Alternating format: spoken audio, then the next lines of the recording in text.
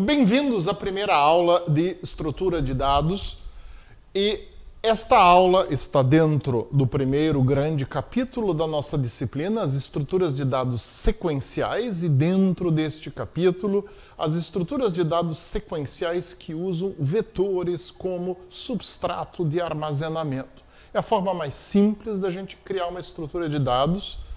O vetor já vem pronto, ele tem uma área de memória reservada onde você pode colocar informações dentro. Em linguagens modernas orientadas a objetos, dentro de um vetor, você pode colocar uma instância de um objeto inteiro, mesmo uma instância bastante complexa.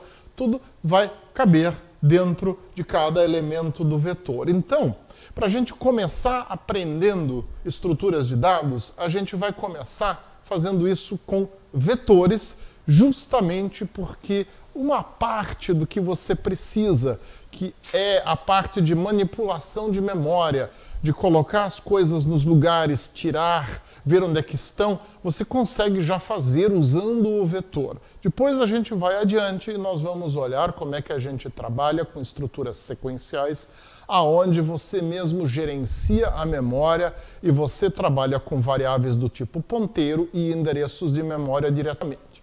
Mas primeiro, vamos ver como é que a gente trabalha com estruturas com vetores.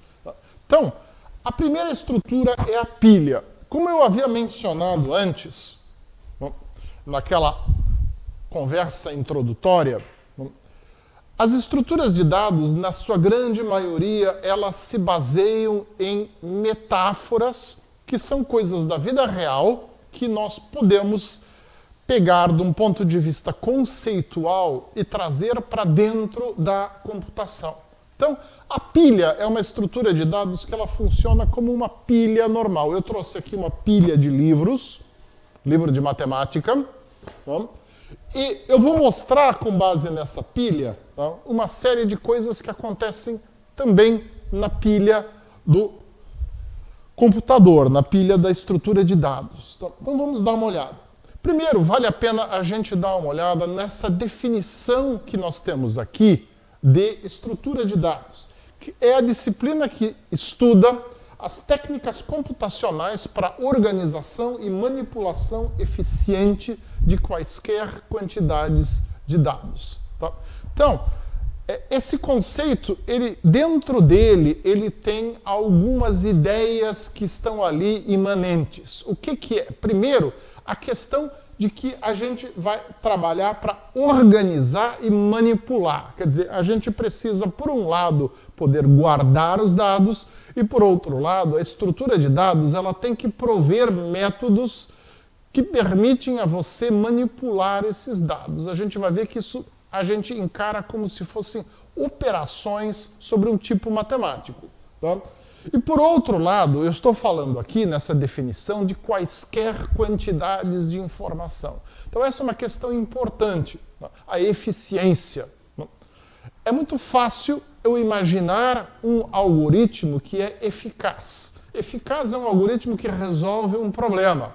Ele pode resolver esse problema levando o tempo que o Sol vai levar para esfriar, sei lá, 4 ou 5 bilhões de anos, ou ele pode resolver num piscar de olhos. Tá? Simplesmente eu produzir um algoritmo eficaz para fazer alguma coisa não me resolve o problema de um ponto de vista prático. Tá? Porque se eu tiver que esperar 4 bilhões de anos para o meu computador cuspir a minha resposta, tá? Isso não vai ter uma utilidade prática. Eu preciso que a estrutura de dados seja eficiente em termos de memória, quer dizer, o armazenamento também deve ser eficiente, e eu preciso também que a estrutura de dados seja eficiente em termos de operação. Ela precisa ter algoritmos que são eficientes e que, quando a estrutura cresce muito, eu armazeno muitos dados nela, ela não se torna ineficiente, demorada, etc., porque aí eu não vou mais conseguir resolver os meus problemas. Né? Quando você, por exemplo, vai num site de compras online desses muito grandes, Mercado Livre, Amazon e por aí vai, você faz uma busca por um produto e você tem resultados, às vezes, em frações de segundo. Né? Agora, imagina qual o tamanho da base de dados que esses sistemas têm. são enormes. Então, ali a organização de dados e a eficiência da forma como você busca por coisas é extremamente importante. Imagina se você tivesse que esperar 10, 15, 20 minutos por uma resposta. Eu estou procurando, sei lá, uma peça para minha bicicleta e vai levar meia hora para o sistema achar alguma coisa. Eu paro de comprar ali, eu pego um táxi, vou na cidade e vou na loja de bicicleta. Então, é muito importante a gente fazer estruturas de dados que sejam eficientes. Isso é um dos aspectos da nossa disciplina e a gente vai ver aqui. E por isso faz parte dessa definição que a gente está colocando aqui, tá? A definição de estrutura de dados. Muito bem, vamos continuar. Tá? Então, como eu falei para vocês, tem dois aspectos que a gente vai considerar, inclusive do ponto de vista da modelagem. Tá?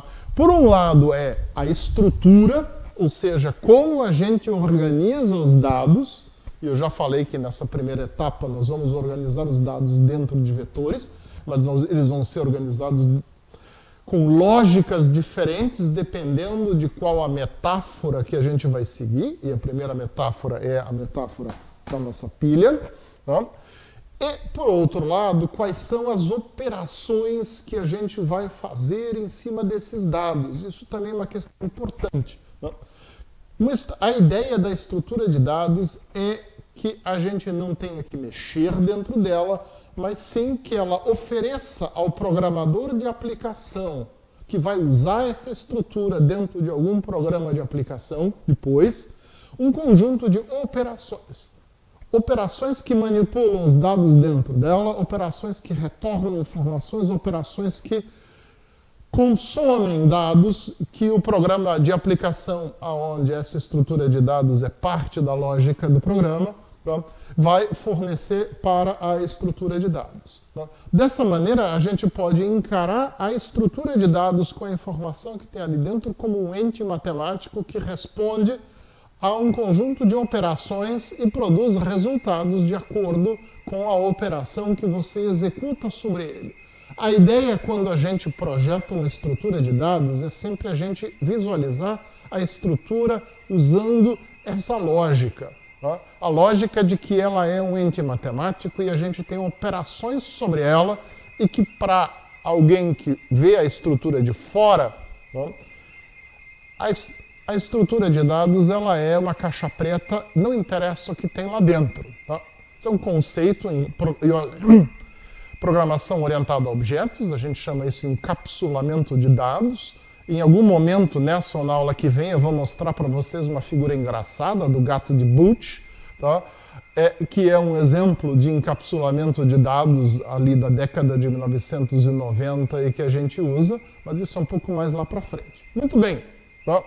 Então, quando a gente estuda estrutura de dados, a gente sempre vai ter esse par que a gente tem aqui. Tá?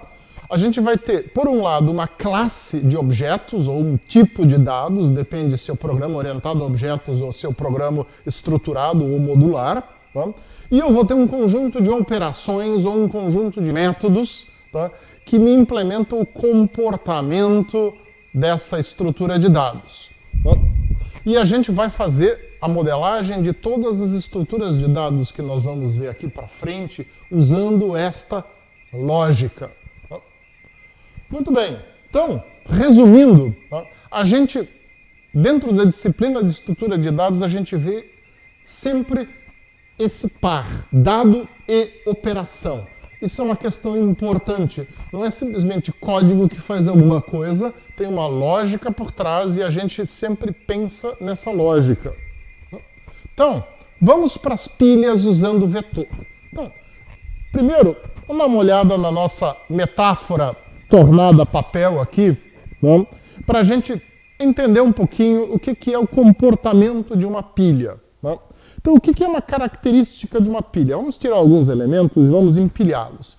A primeira coisa que a gente tem na pilha é que o único lugar que eu posso botar um dado é aqui. Né? Eu vou empilhando elementos em cima da pilha. E quando eu tenho uma pilha com dados nela, ou com alguma coisa nela, a única coisa que eu posso acessar na pilha é o topo. Nada mais da pilha está acessível para mim, a não ser que eu destrua a integridade da pilha. Se eu tirar esse livro aqui do meio, eu vou avacalhar com a pilha. Então, é uma operação não permitida, uma operação irregular ou ilegal, eu tirar um livro do meio da pilha. O único livro que eu posso tirar é o livro de matemática do Gelson Iese aqui do topo da pilha. Então, uma outra característica interessante é a seguinte, vocês estão vendo que eles estão numa ordem. Se eu tirar os elementos agora, eu vou ter os elementos na ordem inversa a qual eles entraram. Eu vou colocar primeiro o livro de física, depois esse outro livro de física, aí um livro de química, mais um livro de física, outro livro de física, um livro de matemática, geometria descritiva e mais um livro de teoria dos conjuntos. Muito bem. Então, agora estão na ordem contrária àquela que eu tinha. Isso é uma característica também. E a gente chama também a pilha por um outro nome, estrutura LIFO, de last in, first out. O primeiro que entrou, o último que entrou é o primeiro a sair. Então, quando a gente for modelar a nossa estrutura de dados, nós vamos modelar a estrutura exatamente desse jeito aqui. Ela vai se comportar como uma pilha de livros. Então é isso que a gente vai ver aqui nas próximas transparências. Então, tem uma simulação aqui, eu vou passá-la rapidamente para vocês, porque é interessante a gente ver isso aqui também. Então, é isso que acontece, a gente vai empilhando os dados até que está cheio. Então, o que eu preciso para isso? De um ponto de vista de modelagem de dados, eu vou precisar, por um lado, de um vetor, aonde eu vou armazenar os dados, e eu preciso de alguma coisa que me indique se a pilha está vazia ou se a pilha está cheia. Então, quando eu modelo a classe pilha, eu vou, junto com o vetor, eu vou ter mais uma variável de instância, que eu vou chamar de topo, aonde eu vou colocar a informação, a pilha está cheia, a pilha está vazia, ou qual é a posição do último elemento da pilha. Por que eu preciso saber a posição? Porque um vetor tem um número limitado de posições, e quando eu vou inserir um elemento, eu tenho que obrigatoriamente inserir o elemento na primeira posição vazia. Senão eu vou perder o controle da minha estrutura. Se eu começar a colocar os elementos de qualquer jeito ali. Imagina uma pilha onde tem um livro boiando no ar, assim aqui. Primeiro, na realidade objetiva do mundo real não funciona, o livro vai cair. Segundo, se eu fizer isso no vetor, eu perco o meu controle das informações. Então, eu tenho que cuidar de ter sempre um conjunto denso de dados e não um conjunto esparso. Conjunto esparso é onde eu tenho lacunas no meio, um conjunto denso é onde não há lacunas, mesmo que o espaço para minha pilha ele seja maior. Então, a gente modela isso na estrutura de dados dessa forma, colocando uma variávelzinha lá embaixo, que vai me dizer qual é a posição do último elemento da pilha. Então, aí a gente precisa fazer uma pequena pausa, porque vai depender da linguagem de programação que eu uso, quais são os valores especiais que essa variável vai ter. Eu preciso de um valor especial para me indicar que a pilha está vazia. Em linguagens de programação, onde o primeiro elemento de um vetor é o elemento na posição 0, eu vou pegar um valor qualquer abaixo de 0 para indicar que a pilha está vazia. Então, a gente convenciona que é o número -1. Bom, então vamos ver como é que funciona a nossa pilha. Então, inicialmente a gente precisa de um indicador de que a pilha está vazia. É isso que vocês estão vendo aqui. Então, como o nosso vetor começa em 0, a gente usa -1 como um valor indicando que não tem nada naquela pilha. É uma convenção nossa, mas vai servir muito bem nesse caso. Tá? E aí nós vamos colocando elementos na pilha e vocês veem, eu coloco o elemento, eu atualizo o topo. Agora o valor do topo é 2, significando que existe 0, 1, 2 elementos nesta pilha. E por aí vai. Eu vou colocando. Como um vetor é uma coisa finita, em algum momento o vetor encheu. Quando o vetor encheu, eu preciso de alguma forma saber que a pilha está cheia. A gente vai implementar um método que me diz isso em função da quantidade de elementos que tem e em função do valor que nós temos lá no nosso indicador de topo da pilha. Muito bem, vamos ver como é que isso funciona na prática em termos de algoritmo. Primeiro, de um ponto de vista estrutural, a nossa classe é bastante simples de se implementar. Ela precisa ter duas variáveis de instância.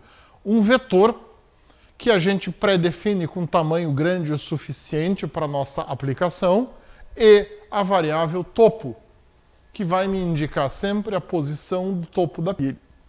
Eu não preciso de mais do que isso e eu consigo, com essa estrutura de dados aqui, modelar tranquilamente a minha pilha. Muito bem. De um ponto de vista comportamental, a gente vai precisar definir uma série de funcionalidades que nos dão o comportamento dessa pilha. No início, enquanto a gente tiver estruturas de dados simples, provavelmente a maioria dos métodos vão ser métodos que vão estar disponíveis para o programador de aplicação também, quer dizer, vão ser métodos públicos. Tá? Bom, a gente, para organizar o raciocínio, a gente agrupa os métodos, tá, em categorias, tá, de acordo com a semântica desses métodos. Tá? Então, vocês estão vendo aqui, né, dentro do nosso negócio, que a gente dividiu isso basicamente em 3 categorias de métodos. Tá? Métodos que servem para você colocar e retirar dados da lista, da pilha. Tá? Métodos que servem para você testar se a pilha está cheia ou vazia, métodos de teste. Tá? E por último, tá, você tem uma categoria de métodos que você vai usar para inicializar ou para limpar a pilha. A ideia, como eu falei para vocês, é assim, sempre a gente trabalhar com encapsulamento de dados de maneira que o programador de aplicação não mexa dentro da sua estrutura de dados. Você projetou uma estrutura de dados e você dá uma interface dessa estrutura para alguém que vai usar a estrutura dentro de uma aplicação. Então é importante a gente projetar a estrutura sempre com todas as funcionalidades, de maneira a que a gente não precise permitir a um programador de aplicação programar lá dentro e, eventualmente, destruir toda a organização da estrutura. Tá? Então, isso é bem importante. Bom, a questão da divisão ou da organização dos métodos, das operações de uma estrutura de dados em categorias é, na linguagem C++, uma questão meramente organizacional de disciplina de programação. Existem linguagens de programação como Smalltalk, por exemplo, que incluem a questão da divisão de métodos em categorias como parte da linguagem e você naturalmente faz isso dentro da sintaxe da linguagem. Em C++ não. A gente vai ter que se disciplinar e programar de forma organizada. Vocês vão ver que se vocês organizarem o código de vocês por categorias, aonde essas categorias são as grandes categorias comportamentais do seu objeto, da sua classe, vai ficar muito mais fácil você trabalhar com todo o projeto da sua estrutura de dados. E vai ser muito mais fácil você pegar a sua modelagem e trazê-la para dentro na forma de algoritmo. Aqui, nas estruturas de dados, a gente vai trabalhar praticamente sempre com essas 3 categorias. A categoria de input-output, a categoria de teste e a categoria de inicialização e métodos afins. Tá? Então, vamos dar uma olhada nos métodos. Bom, Para inicializar a pilha, eu vou fazer um construtor. Tá? No meu caso, o construtor ele não vai sair alocando memória porque eu tenho um objeto onde uma variável de instância, um vetor, quando ele é criado, automaticamente é alocada a memória, eu não preciso escrever nada dentro do construtor para isso. Porém, eu preciso inicializar o estado dele. Tá? Uma pilha, quando ela é criada, ela tem o seu estado inicializado como uma pilha vazia. Né? Lá no meu vetor, eu vou ter lixo de memória, ele não vai estar vazio, não é vácuo. Né? É qualquer coisa que tinha naquele lugar de memória antes de ter sido criada aquela variável. Algumas linguagens de programação, né, colocam valores nulos, por exemplo, em todas as variáveis de instância de algum objeto na hora que eu crio uma nova instância de alguma classe de objeto. O C++, para ser eficiente, ele não faz nada disso. Ele vai reservar a memória para aquele objeto e acabou. Tá? O que tinha na memória continua na memória do objeto. Tá? Então a gente tem que ter certeza de que nós temos nas nossas variáveis de controle que estão dentro do objeto valores que garantem que o objeto é semanticamente consistente. Para isso, a gente tem que, no construtor do objeto, já colocar a inicialização dessas variáveis. A pilha ela é muito simples e a única coisa que eu tenho que fazer é indicar, tá, que ela está vazia. Isso eu indico colocando -1 no topo. Tá? Então esse é o meu construtor. Tá? E com isso a gente já matou uma categoria de métodos para a pilha. Muito bem, vamos agora a um método de teste que é importante. Tá? Por que o método pilha cheia é importante? Se o meu espaço de memória é limitado e eu tentar escrever algo depois, numa posição do vetor, que é depois do fim do vetor, eu vou ter um erro. Tá? E esse erro vai fazer o quê? Vai fazer o meu programa terminar numa situação de erro. A gente tem que impedir que o programador de aplicação que usa a minha estrutura de dados faça com que a estrutura gere um erro simplesmente porque a estrutura de dados não criticou o que o programador queria fazer. Então, a primeira coisa que a gente tem que fazer para implementar essa crítica de dados é a gente fazer um teste de se tem ou não tem espaço. Então a gente chama esse teste de pilha cheia, tá? E o algoritmo é esse daqui. Tá? Eu vou ter uma constante que vai estar na definição da minha classe de objeto, que eu vou chamar de maxPilha, tá? Aonde eu digo qual é o tamanho do vetor. Eu uso essa constante tanto para definir o vetor, como eu uso a constante dentro do código do meu pilha cheia, para justamente eu poder consultá-la e saber, tá, se eu enchi ou não enchi a minha pilha. Tá? Então, eu simplesmente vou testar se o topo é igual ou não à pilha cheia. Se ele for igual, eu vou retornar verdadeiro, quer dizer, a pilha está cheia. Tá? Então, essa é uma função booleana. Tá? Esse método devolve um valor booleano, verdade ou falso. E se o valor do topo não for igual ao número de elementos máximo do meu vetor, então a minha pilha não está cheia, eu devolvo falso. Bem simples. A mesma coisa vale para pilha vazia. Tá? Para que é importante eu ter um método pilha vazia? Tá? Vamos supor, você é um programador de aplicações e você usa uns dados que estão dentro de uma pilha e você está consumindo esses dados para alguma coisa, para mostrar para o usuário, ou para fazer algum tipo de operação matemática, ou para usar dentro de alguma outra estrutura de dados que vai sendo criada e vai consumindo elementos da pilha. Né? Então o que você faz? Você vai tirando elementos da pilha, você não quer saber quantos tem lá dentro. Não é essa a função do programador de aplicação que usa uma estrutura. A estrutura é que tem que saber se ela vai te dar um dado ou não. Né? Então, a estrutura de dados tem que poder testar se ela está vazia ou não, e ela tem que permitir que você, se você quiser ter um controle um pouco maior sobre a estrutura, também teste se essa estrutura está cheia ou não. Para isso a gente tem um método, então, pilha vazia. Né? O método vai fazer o quê? Ele vai testar, né, se o valor do topo é o nosso valor especial, -1, situação na qual todos os elementos da pilha saíram, eu não posso tirar mais nada, então eu não posso chamar a pilha e dizer me dê o próximo elemento do topo, porque não tem elemento no topo. Eu tenho que retornar uma mensagem de erro para o programa de aplicação que usa aquela estrutura. Então, isso é gerenciado por esse método. Eu não vou esperar que o programador de aplicação saiba que a minha pilha tem uma variável chamada topo e que quando o valor dessa variável é -1, então a pilha está vazia.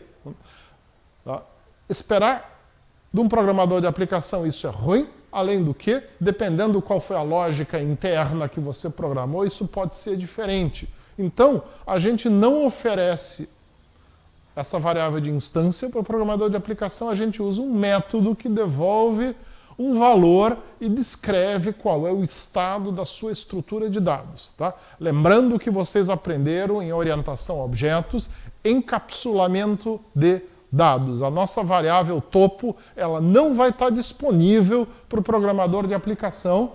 Você vai usar um método como esse que está aqui. Muito bem. Agora, vamos à parte de empilhar. Como é que a gente empilha? A gente tem um elemento, então, necessariamente, a nossa função de empilhamento é uma função que toma um parâmetro, o elemento que eu vou empilhar, né?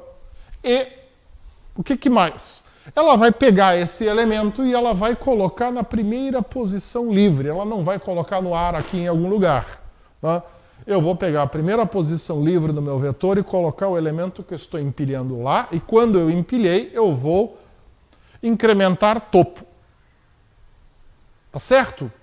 É isso que está escrito nesse algoritmo? Não, né? Uma coisa muito importante, a gente tem que fazer uma crítica de dados antes. Por quê? É a mesma situação que eu falei antes. Tem um programa de aplicação que usa pilha. Ele vai mandando colocar coisa na pilha. Né? Ele não quer saber se a pilha está cheia ou não está, ou não quer saber o tamanho da pilha. Não? Ele simplesmente chama a pilha e diz, bote um elemento lá. Então, eu não posso garantir que o meu programador de aplicações que está usando a minha estrutura de dados, ele de antemão sabe se tem espaço ou não. Tá? É função da estrutura de dados olhar se o programador de aplicação que está usando aquela estrutura de dados não fez bobagem. Para isso, quando a gente tem um método que coloca ou que retira um dado, a gente primeiro testa se essa operação é válida ou não. Pode ser que ela seja inválida. Então, quando que o empilhamento vai ser inválido na pilha? Quando a pilha chegou no teto. Aí eu não tenho mais como enfiar um livro lá. Da mesma forma, né, na minha pilha, no vetor, eu tenho que ver se o vetor está cheio ou não. Então, eu não vou fazer isso explicitamente botando lá um código para teste, eu vou usar a rotina que a gente já criou, né, que está aqui. Eu simplesmente chamo pilha cheia, que é uma função booleana, então ela vai me retornar um valor verdade, eu posso colocar no meio de um teste. Eu chamo pilha cheia, e se pilha cheia for verdade, né, eu não vou empilhar aquele dado que me foi passado como parâmetro, eu vou retornar uma mensagem de erro. Tá? Então, por isso a gente tem aqui definidos, tá, duas constantes que vão ser utilizadas, tá, como códigos de erro, e que são constantes que têm que ser conhecidas para o programa de aplicação que vai usar a minha classe, porque senão elas não têm significado. Então, tipicamente, a minha pilha vai me devolver para o programa de aplicação a posição do topo, quer dizer, o lugar aonde ela colocou o novo dado. Mas, se não tem mais espaço, eu devolvo um número negativo, indicando que não tinha lugar e eu não empilhei aquele dado. Tá? Então, dessa forma, você pode usar a sua estrutura de dados dentro do programa de aplicação, e mesmo que o seu programa de aplicação tente fazer uma operação que não é possível de fazer, porque a pilha está cheia, não vai dar erro no programa. Tá? O seu algoritmo, do jeito que ele está escrito aqui, ele testa, e se a pilha estiver cheia, ele simplesmente não empilha, e devolve um número negativo indicando que não foi possível empilhar. Caso a pilha não esteja cheia, ele vai para a segunda parte do código e coloca lá, bota na pilha, incrementa o topo e devolve para o programa de aplicação o valor do topo. Então isso serve para mim no programa de aplicação, por exemplo, olhar se eu recebi de volta um valor positivo, significa que o meu empilhamento ocorreu com sucesso. Eu não preciso nem sequer usar esse valor em alguma coisa. Provavelmente para o programa de aplicação, não, é uma coisa irrelevante qual é a posição da pilha onde foi parar o elemento que eu acabei de mandar empilhar. A única coisa que eu quero saber é empilhou ou não empilhou. Não? E isso eu fico sabendo simplesmente olhando se o valor que foi devolvido é um valor negativo ou um valor positivo. Tá? Então é muito importante a gente colocar essa estratégia dentro de todas as rotinas que a gente vai desenvolver e que manipulam, do tipo input, output, os dados de uma estrutura de dados. Tá? Muito bem, eu acho que aqui está claro, é muito simples. Tá? Então, abrindo só um parênteses, tá? Aqui a gente está começando a ver algumas coisas que são bastante simples. A ideia é você esquentar os dedos para você começar a entrar na rotina de visualizar a estrutura de dados, modelar os algoritmos, tá? E trabalhar com eles. Depois a gente vai começar a ir mais para adiante e vai ver coisas mais sofisticadas. Tá? O algoritmo de desempilhamento ele é bastante simples. Tá? É a mesma coisa. Primeiro eu tenho que ver se tem alguma coisa na pilha. Se não tiver nada, tá? O programa de aplicação está me mandando desempilhar, mas a pilha está vazia. Eu vou retornar um erro. E se não, eu retorno a informação que estava no topo da pilha. Para eu não ter problemas, como a última coisa que eu vou fazer é retornar a informação, eu primeiro decremento o topo, apontando para a informação que está abaixo. Então eu digo, o meu topo não é mais o meu livro laranja, o meu topo é o livro de álgebra linear, de geometria analítica aqui embaixo, o livro verde-azul. Tá? E aí, em seguida, eu devolvo para o programa de aplicação o livro que estava no topo. Bastante simples. Tá? Uma variante, tá, é eu devolver simplesmente... Peraí. Ah, tá.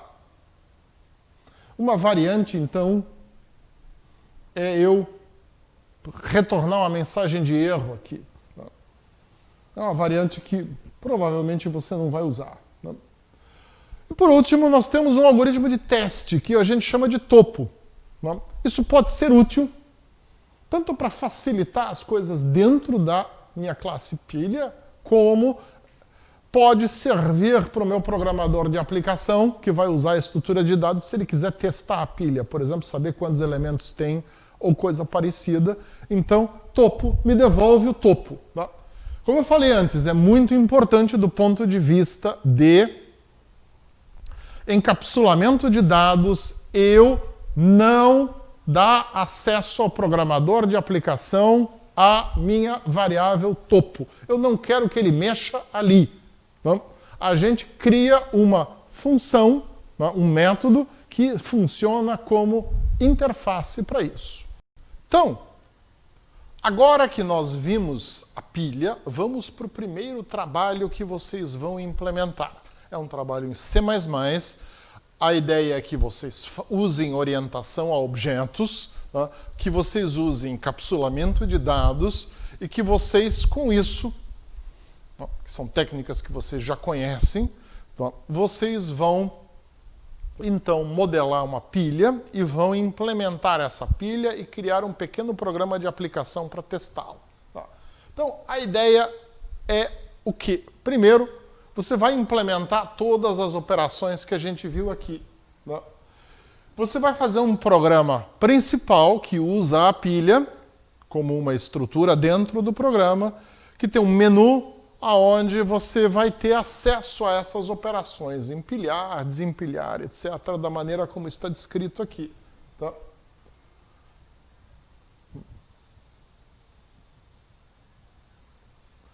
A ideia é que o programa também mostre a pilha, então, eu tenho que ler. Tá? A ideia é que o programa mostre a pilha e coloque do lado de cada dado a sua posição no vetor. Tá? Isso é uma coisa importante para a gente visualizar a pilha do mesmo jeito que a gente visualizou nas simulações que eu mostrei para vocês antes aqui. Tá? A ideia é que a pilha tem um tamanho máximo de 30. Você vai definir max pilha dessa maneira. Tá? E a ideia é que você tenha dentro do seu programa de aplicação, por enquanto, simplesmente uma variável global aonde você vai colocar a instância dessa pilha lá dentro. A ideia é que quando o programa inicializa, ele já cria uma instância da sua classe pilha. Tá? A instância se auto-inicializa e você passa a utilizá-la ali dentro. Tá? Essa é a ideia. Tá? É isso que a gente quer que vocês façam como um primeiro trabalho de implementação. E é isso, gente. Tá? O Creative Commons aqui deixa claro que isso aqui é de uso livre. Se você quiser usar isso para montar um curso, para dar uma aula, você tem toda a liberdade de fazê-lo, desde que você não cobre pelo uso desse material. O uso é não comercial. E é isso, gente.